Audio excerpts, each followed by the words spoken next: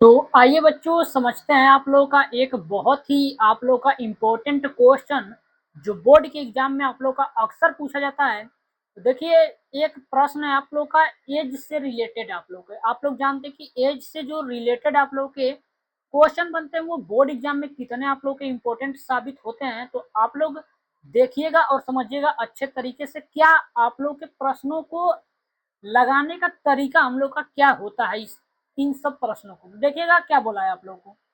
बोला है कि सवाल में एक पिता की आयु यानी कि एक पिता की जो आयु है आप लोगों की उसके पुत्र की आयु से यानी जो उसका पुत्र है उसकी आयु से 4 गुना है आप लोगों का।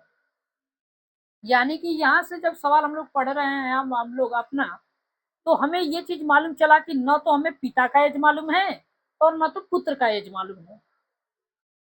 फिर आगे आप लोगों से कह रहा है कि 7 वर्ष के बाद यानी कि जब 7 वर्ष बीत जा रहे हैं तब जो पिता की आयु है आप लोग की यानी जो पिता का एज है आप लोग का वो उसके पुत्र की आयु का 2.5 गुना होगी। ये देखिए सवाल है आप लोग की लगाने का तरीका बहुत ही बेहतरीन होगा आप लोगों का। जब भी आप लोग की एज वाले क्वेश्चन देखने के लिए मिल जाए तो सबसे पहले हल करने का तरीका क्या रहेगा। हमें देखिए यहाँ पे सवाल में न तो पिता का एज मालूम है और न तो उसके पुत्र का एज मालूम है। तो पहले हम लोग दोनों लोगों का आयु का पता करेंगे कि वो दोनों आयु है कितना। तो उसको मानेंगे, एक को यक्स मान लीजिएगा दूसरे को वाई मान लीजिएगा। तो सबसे पहले मैं क्या करूंगा मानूंगा।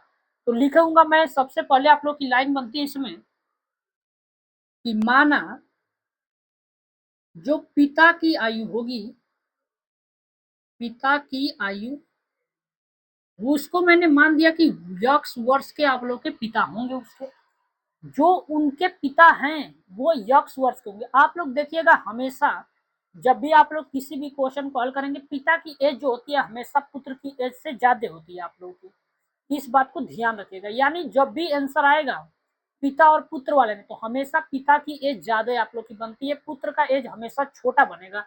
ये आप लोग के रियल जीवन में भी होता है और आप लोग के क्वेश्चनों में भी ऐसा ही होता है आप लोग का। तो देखिएगा हमने पिता का मान दिया, अब मैं मानूंगा पुत्र की आयु। यानी जो पुत्र की आयु होगी अब वो कितना होगी वाई वर्ष का उनके पुत्र होंगे। ये मैंने क्या किया आप लोग का जो क्वेश्चन में बोल रखा था उसी को मैंने क्या कर दिया मान दिया आप लोग का। अब देखिएगा सवाल के अकॉर्डिंग चलेंगे आप लोग का कि सवाल क्या कहना चाहता है आप लोगों का। देखिएगा सवाल कहना क्या चाहता है आप लोगों से। देखिएगा अब प्रश्न के अकॉर्डिंग चलेंगे। प्रश्न में आप लोग का क्या बोला है आप लोग का प्रश्न अनुसार। तो यहां से लिखेंगे हम लोग प्रश्न अनुसार आप लोग का यानी कि प्रश्न आप लोगों से कहना क्या चाहता है आप लोगों का। तो देखिएगा बहुत ही खतरनाक तरीके से मैं बताता हूँ। इन सब क्वेश्चनों को लगाने का एक बहुत ही शानदार तरीका होता है और ये तरीका यूट्यूब पे आप लोग को शायद कहीं देखने के लिए मिलने वाला है आप लोगों को। देखिएगा बोला क्या है कि पिता की आयु, देखिए पिता की आयु कितनी है यक्स है तो यक्स कर दीजिएगा आप लोग। ठीक। अब देखिए आगे क्या बोला है पुत्र की आयु से 4 गुना है। यानी कि कौन 4 गुना है तो पुत्र। यानी कि जहां पे 4 लिखा है उसके आसपास में देख लीजिएगा जिसका नाम दिया होगा उसी में उस चीज का गुणा कर दीजिएगा। गुना का मतलब क्या होता है गुणा करना। तो 4 गुना है आप लोग का यानी कि 4 हो जाएगा। कौन गुना है पुत्र, पुत्र का है आप लोग का वाई यानी ये वाई हो जाएगा। ये बीच में लगा दीजिएगा बराबर। यहाँ से कोई डाउट कोई समस्या आप लोग को हो रही तो बताइएगा आप लोग। इसको हम लोग बनाएंगे समीकरण नंबर आप लोग का 1। कोई दिक्कत नहीं आप लोग को उत्पन्न हुई होगी। अब देखिएगा आगे फिर बोला है कि 7 वर्ष के बाद। अब बताइएगा आप लोग कि अगर मैं इस समय आप लोग का 22 वर्ष का हूं तो मेरी अगर 7 वर्ष एज बढ़ रही होगी तो क्या आप लोग के पिता की भी एज 7 वर्ष बढ़ रही होगी। यानी कि 7 वर्ष के बाद बोला है। अगर बाद बोलेगा तो जोड़ दीजिएगा, अगर पहले बोलेगा तो घटा दीजिएगा आप लोग।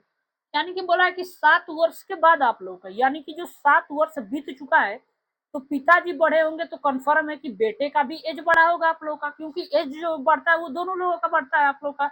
ये तो है नहीं कि पिता की एज बढ़ रही है और पुत्र की एज नहीं बढ़ रही होगी। तो सबसे पहले हम लोग दोनों लोगों का एज मालूम करेंगे कि 7 वर्ष के बाद कितना था आप लोगों का। तो लिखेंगे हम लोग कि 7 वर्ष के बाद पिता की आयु, पिता की आयु यानी पहले पिता कितने वर्ष के थे, यक्स वर्ष के, यानी अब 7 वर्ष बढ़ जाएंगे, यानी कि यक्स प्लस 7 वर्ष, अब इतना उनका एज हो चुका होगा। फिर अगर पिता बढ़े होंगे तो पुत्र भी बढ़ा होगा, यानी कि 7 वर्ष के बाद अब यहाँ पुत्र की आयु, पुत्र की आयु। अब बताइएगा पहले पुत्र कितना था आप लोग का, पहले पुत्र था वाई, अब 7 वर्ष बढ़ चुका है तो वाई प्लस 7 वर्ष ये बन जाएगा आप लोग को। फिर आगे आप लोगों से सवाल में बोल रखा है, आगे क्या बोला है कि जो पिता की आयु है उसके पुत्र की आयु का 2.5 गुना है। तो पुनः प्रश्नानुसार लिखिएगा, क्या लिखिएगा आप लोग, पुनः प्रश्नानुसार, यानी कि पुनः हम लोगों ने प्रश्न पढ़ा और उसके अकॉर्डिंग हम लोग चलेंगे आप लोगों का। तो पुनः चलना है हम लोगों को। तो बोला क्या है देखिएगा, पिता की आयु, पिता का आयु कितना है 7 वर्ष के बाद, तो यक्स प्लस 7 हो चुका है, ये हो चुका है यक्स प्लस 7। ये तो पिता की आयु कितने वर्ष के बाद, 7 वर्ष के बाद हो चुकी है। फिर बोला है कि पुत्र की आयु से 2.5 है, यानी पुत्र जो है कितना गुना हो चुका है, 2.5 गुना हो चुका है पुत्र। पुत्र का एज कितना है 7 वर्ष के बाद, तो यह जाएगा y प्लस 7 आप लोग का। अब इसको थोड़ा सा सिंप्लीफाई कर लीजिए तभी तो मान निकालेंगे हम लोग। तो इसको हल कर लीजिए, यक्स प्लस 7 बराबर गुणा कर दीजिए इसका 2.5 y प्लस, इसका गुणा करिए आप लोग, 7 में 5 का करेंगे 35 को 5 हो जाएगा, हासिल लग जाएगा 3 आप लोगों का, 16 लगा देंगे, 7 दूना के 14 और ये 3 आप लोगों का 17 हो जाएगा। देखिएगा इसको आप लोग को सवाल को बोला है कि हल नहीं करना है आप लोग को, उसने सवाल में बोला है कि हल नहीं करना है, लेकिन मैं आप लोग को हल करके दिखा देता हूँ कितना आंसर आएगा। देखिए आप लोग के किताब में ना यहीं पे आंसर दिया होगा, आप लोग का किताब में यहीं पे आंसर दिया होगा। वो बोला है ना कि जो सवाल है ना उसको केवल समीकरण के रूप में व्यक्त करने के लिए, तो यहाँ तक समीकरण के रूप में हम लोगों ने व्यक्त कर दिया आप लोग का, लेकिन मैं आप लोग को दिखाना चाहता हूँ कि उसका मान कैसे निकालेंगे अगर सवाल आप लोग को निकालने के लिए दे दिया जाता। तो मान निकालना, तो ये गुणा हो चुका है आप लोग का। अब देखिए यहाँ से करना क्या है आप लोगों को, इस यक्स को उस साइड पक्षांतर कर दीजिए। तो मैं देख लेता हूँ दिखाई आप लोग को दे रहा होगा कि नहीं आप लोग का एक बार। तो चलिए आप लोग को सही दिखाई दे रहा है, तो ये हो जाएगा यक्स, इस y वाले को उधर ही रहने देते हैं आप लोगों का, बराबर 7 को उस साइड करिएगा, ये आ जाएगा 2.5 y प्लस 17.5 और ये जाएगा उधर तो माइनस का हो जाएगा 7 आप लोगों का। यहाँ तक कोई डाउट कोई समस्या नहीं हो रही होगी अब आप लोगों को। अब देखिएगा एक चीज आप लोगों को, यहाँ से यक्स का मान मालूम है आप लोगों को समीकरण नंबर 1 से, तो यक्स का मान यहाँ पर पुट कर दीजिए, यक्स का बराबर किसके है 4y के, इसको लाएंगे इस साइड तो माइनस का हो जाएगा 2.5 y बराबर, इसको घटा लीजिए आप लोग, यानी कि 17.5 में जब आप लोग 7 को घटाएंगे तो कितना बचेगा आप लोगों का, तो ये बच जाएगा आप लोगों का कितना, तो 10.5 यहाँ से ये बच जाएगा, घटा के चेक कर लीजिएगा आप लोग। अब देखिए 4 में से घटाना है 2.5 को, देखिए इसके आगे मैं यहाँ हल करूंगा आप लोगों का।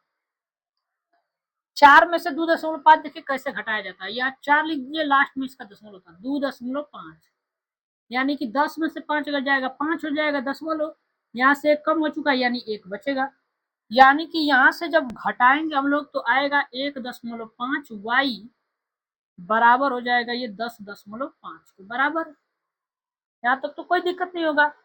अब देखिए y बराबर, ये गुणा में तो इधर आएगा तो भाग में हो जाएगा 10.5 बटा के 1.5, ये आप लोग का बन जाएगा। इसमें ऊपर भी एक अंक पर दशमलव रहती है और नीचे भी एक अंक पर दशमलव रहती है, तो याद रखेगा दशमलव हट जाता है आप लोग का, यानी y जो बराबर होगा 105 बटा के 15 हो जाएगा। अब आप लोग बताइए 15 के पहाड़ा में 105 के बार में आएगा आप लोग का y बराबर, बताइए आप लोग। तो आप लोग कहेंगे कि 15 में 7 बार में ये कट जाएगा पूरा, यानी ये पूरा कई बार में कटेगा, 7 बार में, यानी y का जो मान आएगा वो 7 वर्ष आएगा।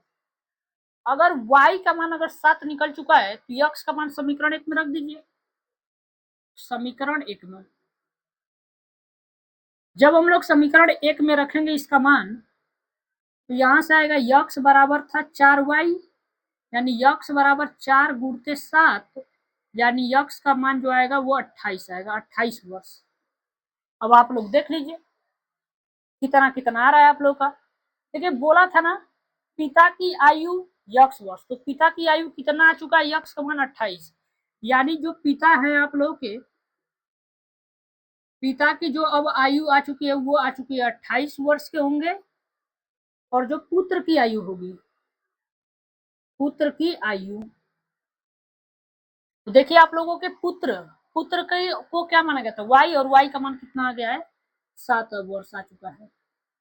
देखिए मैंने आप लोग को क्या बताया कि दैनिक जीवन में जो आप लोग की प्रक्रिया आप लोग को देखने के लिए मिलती है वही क्वेश्चन में भी आप लोग का सेम होता है, यानी कि पिता जो होंगे आप लोग के हमेशा बड़े आएंगे और पुत्र जो होगा आप लोग का हमेशा छोटा आएगा उनसे।